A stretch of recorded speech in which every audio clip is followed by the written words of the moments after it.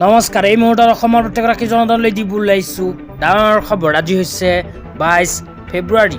আজি অসমৰ লাখ লাখ দুখীয়াসকললৈ কেইখনমান চৰকাৰী আঁচনিলৈ দিব ওলাইছোঁ ডাঙৰ খবৰ।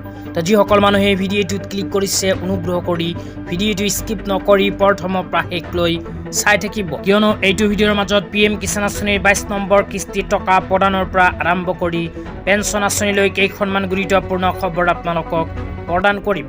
অনুগ্ৰহ কৰি ভিডিঅ'টোত ক্লিক কৰিছে যদি ভিডিঅ'টো স্কিপ নকৰি প্ৰথমৰ পৰা শেষলৈ চাই থাকিব।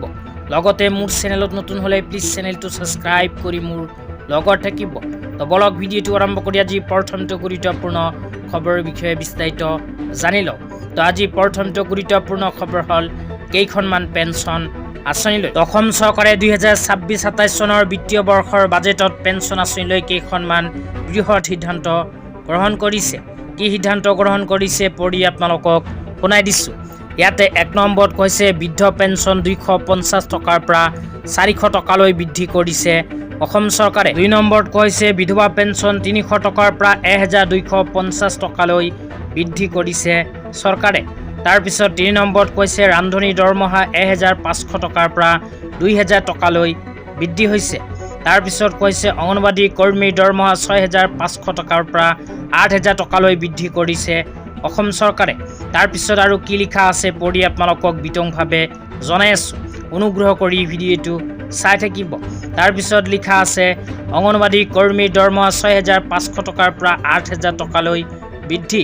সহায়িকাৰ পাৰিতোষিক 3250 টকাৰ পৰা 4000 টকালৈ বৃদ্ধি কৰিছে চৰকাৰে। ছুপাৰভাইজাৰৰ দৰমহা 9000 টকাৰ পৰা 10500 টকালৈ বৃদ্ধি কৰিছে অসম চৰকাৰে।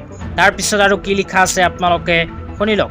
তাৰপিছত লিখা আছে আশা কৰ্মীৰ দৰমহা 3000 টকাৰ পৰা 4000 টকালৈ বৃদ্ধি কৰিছে অসম চৰকাৰে 2026-27 চনৰ বিত্তীয় বৰ্ষৰ বাজেটত। তেতিয়া আপোনালোকক দিব ওলাইছোঁ আজি দ্বিতীয়টো খুবেই গুৰুত্বপূৰ্ণ খবৰ। আজি দ্বিতীয়টো গুৰুত্বপূৰ্ণ খবৰ হ'ল PM কিষাণ আঁচনিলৈ। তো যিসকল কৃষকৰ নাম PM কিষাণ আঁচনিত অন্তৰ্ভুক্ত হৈ আছে সেইসকল কৃষকে অনুগ্ৰহ কৰি ভিডিঅ'টো প্ৰথমৰ পৰা শেষলৈ চাই থাকিব, কিয়নো আপোনালোকৰ নাম যদি PM কিষাণ আঁচনিত অন্তৰ্ভুক্ত হৈ আছে তেন্তে আপোনাৰ বেংক একাউণ্টত অতি শীঘ্ৰেই সোমাব PM কিষাণ আঁচনিৰ 22 নম্বৰ কিস্তিৰ ধন। লগতে PM কিষাণ আঁচনিলৈ নতুন এখন গুৰুত্বপূৰ্ণ আপডেট ইতিমধ্যে আমাৰ হাতত আহি পৰিছে। তো ইয়াতে কি লিখা আছে পঢ়ি শুনাই দিছোঁ। ইয়াতে লিখা আছে জালিয়াতিৰে নাম সন্নিৱিষ্ট কৰা ভুৱা কৃষকসকল সাৱধান। কৰ্তন হ'ব জালিয়াতিৰে নাম সন্নিৱিষ্ট কৰা ভুৱা কৃষকৰ নাম। PM কিষাণৰ 22 নং কিস্তি ধন পাবলৈ সাজু হওক প্ৰকৃত কৃষকসকল। ফেব্ৰুৱাৰী বা মাৰ্চ মাহৰ আৰম্ভণিতে সোমাব পাৰে ধন। ইয়াতে উল্লেখ কৰা অনুযায়ী যিসকল মানুহে PM কিষাণ আঁচনিৰ টকা পোৱাৰ বাবে যোগ্য নহয় বা যিসকল কৃষকে PM কিষাণ আঁচনিত আবেদন কৰিছে কিন্তু PM কিষাণ আঁচনিৰ কেইখনমান গুৰুত্বপূৰ্ণ কাম কৰা নাই সেইসকল কৃষকে PM কিষাণ আঁচনিৰ 22 নম্বৰ কিস্তি ধন নাপাব। লগতে যিসকল কৃষকে PM কিষাণ আঁচনিৰ টকা পোৱাৰ বাবে যোগ্য নহয়, PM কিষাণ আঁচনিৰ টকা পাবলৈ যিবোৰ এলিজিবিলিটি ক্ৰাইটেৰিয়া থাকে সেইবোৰৰ ভিতৰত নপৰে সেইবিলাক মানুহৰ নাম PM কিষাণৰ পৰা কৰ্তন হ'ব।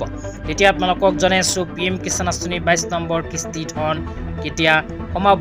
তো নিউজ পৰ্টেলৰ ফালৰ পৰা প্ৰদান কৰা তথ্য অনুযায়ী চলিত ফেব্ৰুৱাৰী মাহৰ শেষত বা অহা মাৰ্চ মাহৰ প্ৰথমতে PM কিষাণ আঁচনিৰ 22 নম্বৰ কিস্তি ধন সোমাই যাব।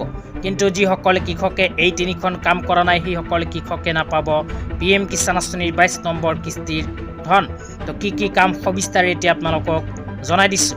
তো যিসকল কৃষকে PM কিষাণ আঁচনিৰ EKYC বেংক একাউণ্টৰ লগত আধাৰ কাৰ্ড লিংক আৰু লেণ্ড শ্বেয়াৰিং কৰা নাই সেইসকল কৃষকে নাপাব PM কিষাণ আঁচনিৰ 22 নম্বৰ কিস্তিৰ ধন। তো আপোনালোকে যদি এই 3খন কাম কৰা নাই তেন্তে অতি সোনকালে কৰি লওক, অন্যথা আপোনাৰ বেংক একাউণ্টতো PM কিষাণ আঁচনিৰ 22 নম্বৰ কিস্তি ধন নোসোমাব। আজি ইমানেই। ভিডিঅ'টো চাই কেনে পালে নিশ্চয় এইটো ভিডিঅ'ৰ কমেণ্ট বক্সত কমেণ্ট কৰি জনাই দিব। তো ধন্যবাদ।